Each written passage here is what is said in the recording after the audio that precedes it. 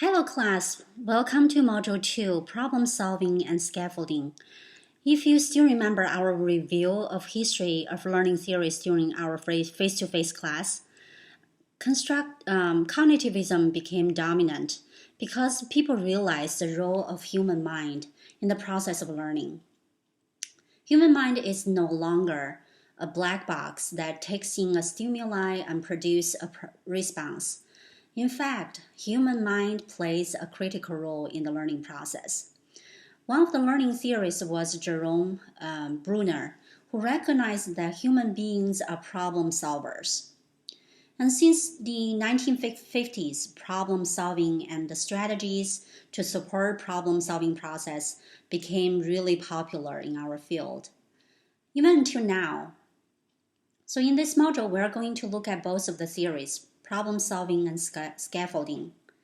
I suggest that you should start with the recorded presentations first.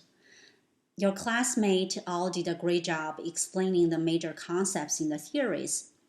In the first article by David Jonathan, Towards the Design Theory of Problem Solving, you'll find a wealth of good information about the topic.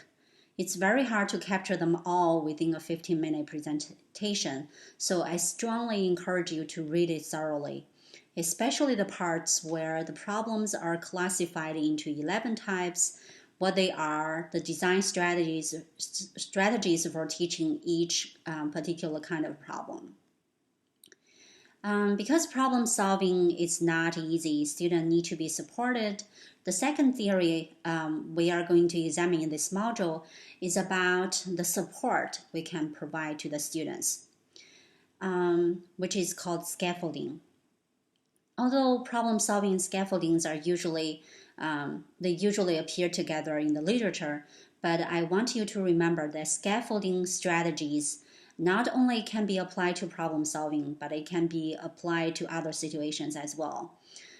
For example, in my own research, I look at scaffolding strategies on students' knowledge integration process, which is not related to problem solving. So as long as students need extensive support on learning something, scaffolding strategies can be used.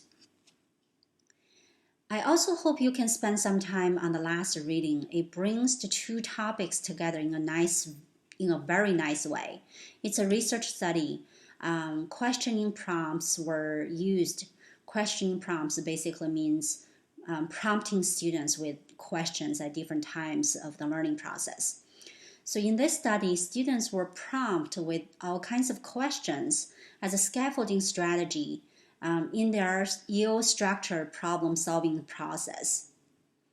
The questions served as the scaffolds. You can find the questions in the appendix.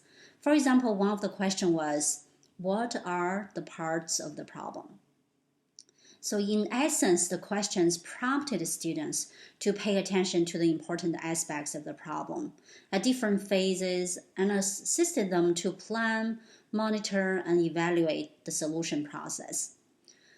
The study found that the students who received the questioning prompts outperformed those who did not receive such support in the problem-solving performance.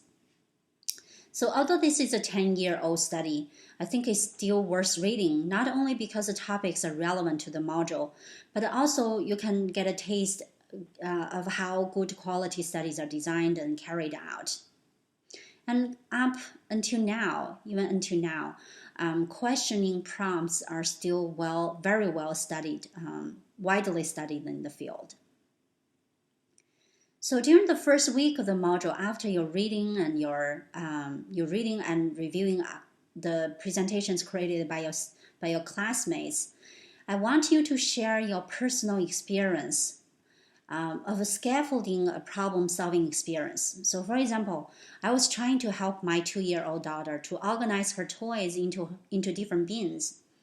So instead of letting her randomly put stuff into different bins, we worked together for the first few toys, and we discussed the purpose, the usefulness, the texture, etc. of the toys. and then we classify them before letting her put them away. So this is a very simple scaffolding experience. So I want you to think of a personal experience of you scaffolded a problem-solving experience. It could be a student, it could be a child, it could be somebody else. And I want you also to analyze the problem, the learners, the scaffolding strategies you used. And remember, this is an individual activity, so you don't need to meet with your group members for it. During the second week, you need to play a game. It's essentially a problem-solving game. The game will take about 20 minutes to play. So after playing the game individually, and then when you feel really comfortable about the game, then you can get together with your group members and analyze the game by answering the questions posted in the discussion board. Since this is a group activity, so only one set of answers from each team will be enough. And for both activities, don't forget to check back on others' posts and reply to at least one of them. Okay, this is all I have for this module.